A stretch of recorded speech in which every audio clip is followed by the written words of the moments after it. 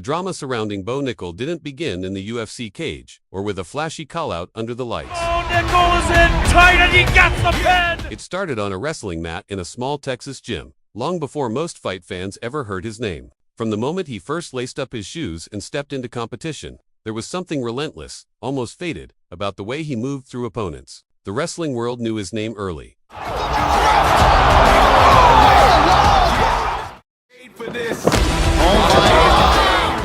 I was made for this.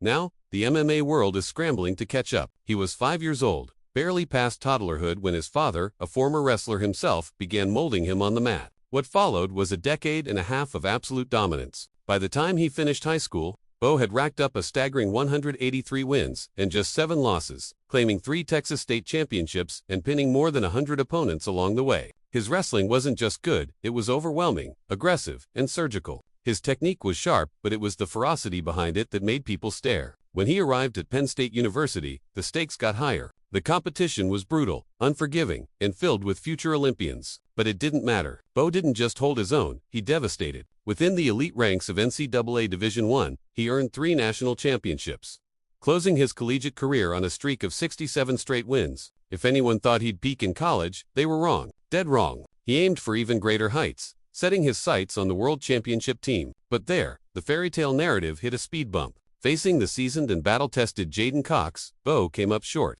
Cox was too strong, too experienced, and simply a step ahead. Losing that matchup meant more than just a title. It meant Bo was out of contention for a place on the Olympic team. The wrestling world had crowned another king. But defeat did not bury Bo Nickal. It redefined him. If he couldn't be the best in wrestling, then he would dominate another sport entirely. A new battlefield. One where his discipline, drive, and brutality could be unleashed without constraint. Bo Nickal turned to MMA, and what followed has felt less like a career change and more like a calculated invasion. He didn't just walk into MMA, he sprinted head. Training at the world-renowned American top team, he absorbed striking arts with the same obsessive dedication that made him a wrestling phenom. Muay Thai, boxing, jiu-jitsu, it didn't matter how new or unfamiliar it was. Bo devoured it all, fully aware that his wrestling could carry him through most fights but determined to build himself into something more terrifying, a complete fighter. In 2021, Bo stepped into the cage for the first time as an amateur. Predictably, it ended fast. 1 takedown, a few heavy shots from top position, and then the clinical squeeze of a textbook arm triangle choke. His opponent didn't survive the round. Few would. His second amateur fight lasted barely longer.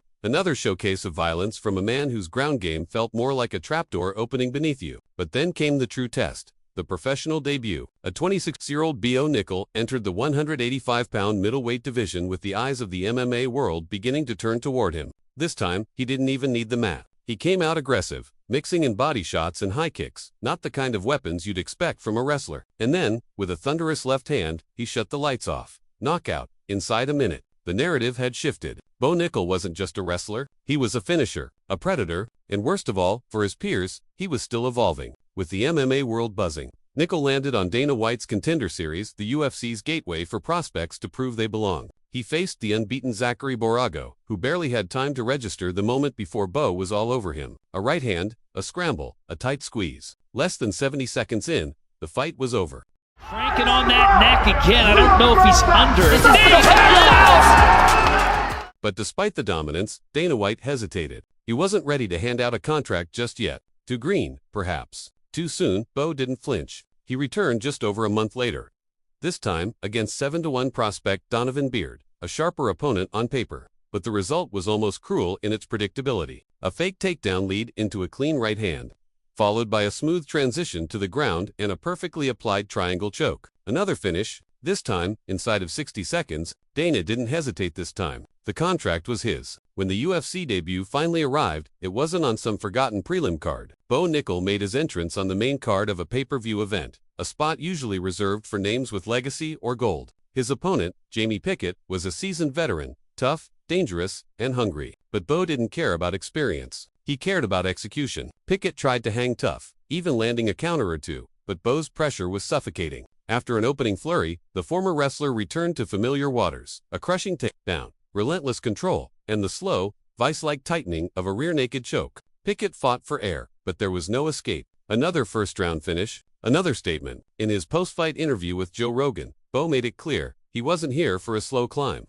He wasn't here to collect paychecks and learn on the job. He was here for the belt. He was here to become the pound-for-pound #1 fighter in the world. And he meant it. There's the tap! Bo Nickal by submission! While critics called him cocky, Nickal dismissed the noise. He wasn't partying. He wasn't distracted. He didn't drink, didn't chase fame, and wasn't interested in the social perks of stardom. He trained, studied tape, stayed grounded in faith, and committed himself to living like a champion before he ever held a title. Fans began to draw parallels between Nickal's discipline and that of Khabib Nurmagomedov, another man who lived the life of a fighter outside the cage just as much as in it. Nickal himself acknowledged the connection, expressing a deep respect for Khabib despite their different backgrounds and beliefs. In interviews, he spoke with clarity and maturity far beyond his years, showing not just confidence, but conviction, a belief in the process, the grind, and the purpose behind the pursuit of greatness. By the summer of 2023, Bo Nickal was 4-0, all finishes, all in the first round. His next opponent was a powerful, undefeated newcomer named Val Woodburn, a man who proudly called himself the Animal.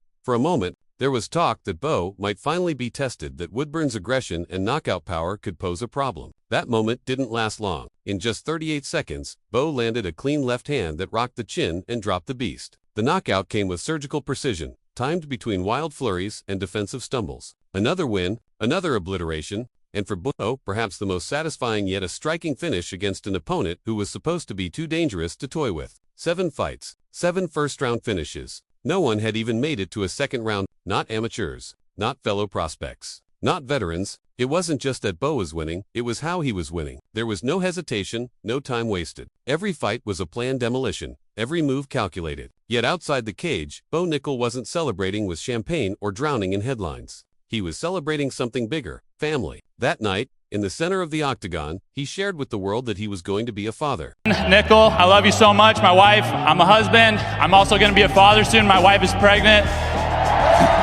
That being a good husband and a good dad meant more to him than any knockout. That, for all the chaos he created in the cage, his greatest peace came from the life he was building outside it. Now, with the MMA world fully awake and watching, Bo Nickal sets his sights on even greater challenges. He's publicly called out Khamzat Chimaev, one of the most feared names in the sport, a man known for his own relentless grappling and terrifying aggression. It's a dream fight for fans, a stylistic clash between two apex predators, and Bo welcomes it with open arms. I've said some things about his wrestling being trash, Bo admitted, but deep down, he respects the competition. He's not chasing headlines, he's chasing the best. And he won't stop until he proves that he is the best. He's not your typical hype job, not just a wrestler trying to coast on take. Bo Nickal is something different, something rare, a generational talent forged in wrestling rooms, refined in fight camps, and now unleashed on a sport that hasn't seen anyone quite like him. He's not here to play around. If Bo Nickal keeps up this pace, who should he face next? Could he truly be the man to stop Khamzat Chimaev? Let us know your thoughts in the comments. And if you're as hyped for Bo's journey as we are, hit that like button, subscribe to the channel, and join us for more deep dives into the most exciting names in combat sports. Each other in the same corners and battling it out right now.